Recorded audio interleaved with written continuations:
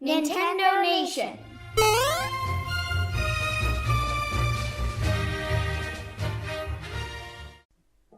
What is up, everyone? It's John from Nintendo Nation, back with another review.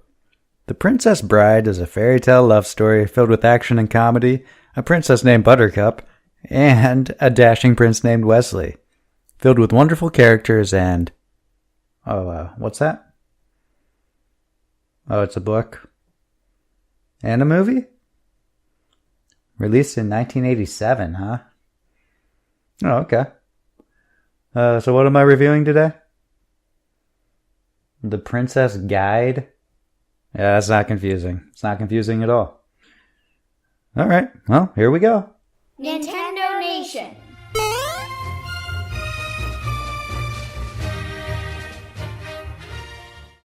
The Princess Guide, got it right that time, is a hilarious and charming romp filled with wonderful characters and good, solid action and loot collecting gameplay. Developed by Nipponishi Software and published in the West by NIS America, The Princess Guide follows the path of 4 princesses.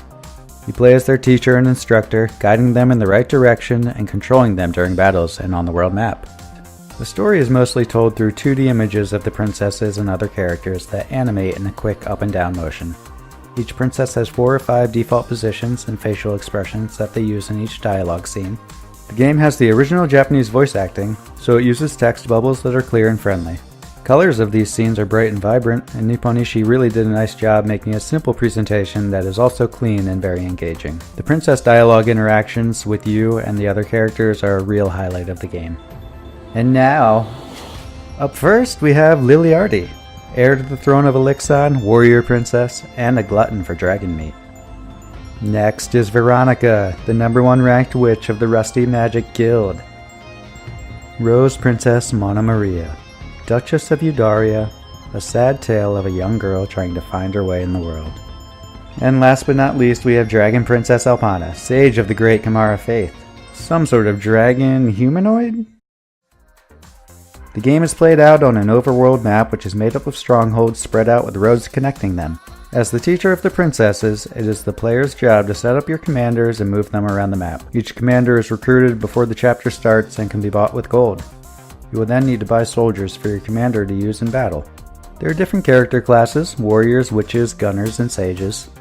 They can each select from a group of certain types of soldiers, but later in the game more powerful types will unlock. There is some strategy involved in which soldiers you should choose, but in general just pick the ones with the best attack and defense.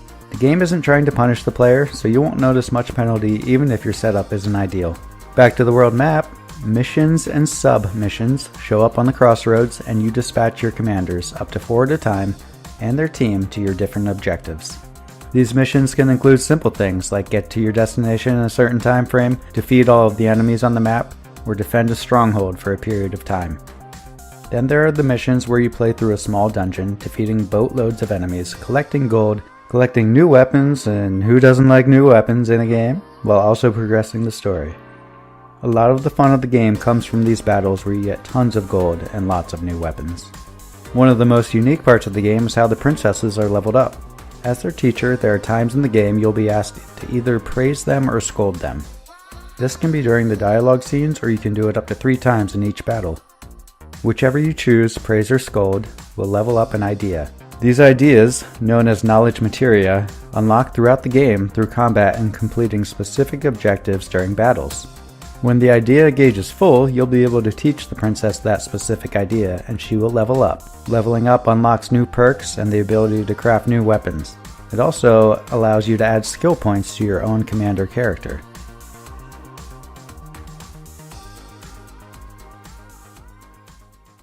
The combat in the game is seemingly straightforward, but there are some things you'll want to pay attention to as you get further along. There are a few different types of attacks, and you'll use combinations of X, Y, B, and A to pull off attacks and traverse around the dungeon.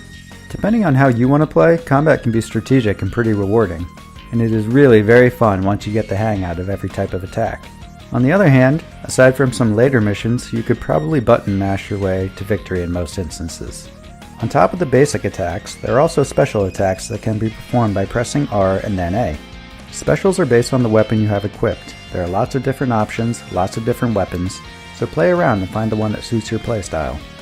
Another important aspect of combat are relics. There are relics scattered throughout the battle maps that can be claimed and then used against the enemies.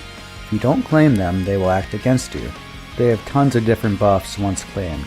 Some do simple attacks, some stun, some send lines of fire in a specific direction, or giant bowling balls might fall from the sky and roll, causing massive damage. There's a healer and ones that poison the enemy.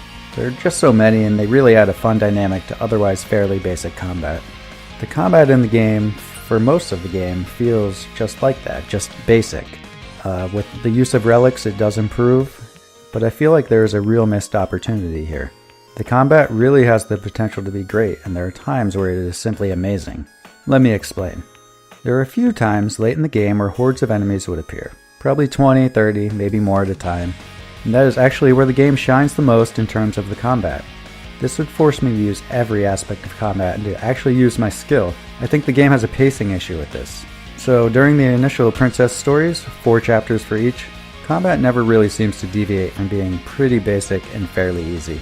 There are new enemy types that show up which provide some challenges, but it's not like these frantic battles later in the game which were so fun.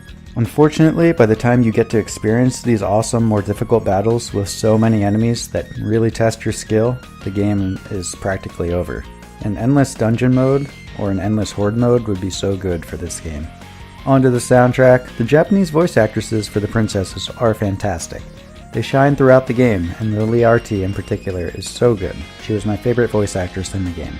The music in the game is really, really good. Not much more to say. It fits the game well, and no matter if it's a dialogue scene, world map, or combat, the music always fits as it should. There are some memorable tracks for sure which I'm going to add to our website, so check that out if you're interested. To sum up my feelings on the Princess Guide, I will start by saying there are individual aspects of the game which I would not classify as great. The combat isn't great for most of the game, but with the use of the relics and player creativity with all the different types of attacks, it can become better. The story isn't great, but it does try to tie together 4 separate ones in the end. The difficulty could be ramped up sooner, but there are times when the combat is so frantic and so difficult, it is so good, and I'm left thinking, why couldn't the entire game just be like this? Then there are the truly great things, like the presentation, the dialogue, the princesses themselves, and how the princesses are leveled up. The soundtrack and voice acting are both excellent. When combining the good with the not so good, I think it adds up to a game that I thoroughly enjoyed and I will most definitely want to play more, but it just doesn't quite reach its full potential. During those dialogue scenes, I had so much fun with the game, same with the princess leveling and the battles near the end of the game. And to be honest, those battles saved the combat from becoming repetitive and stale, but that taste of how good it could be also left me wishing for more. Regardless of this, the Princess Guide... Is that right? Yeah, I got it right. Okay. The Princess Guide is really easy for me to recommend. It is quirky and so fun, and the princesses are great characters, and it's just a really good game. Nintendo Nation gives it a like and a score of 8 Dragon Steaks out of 10.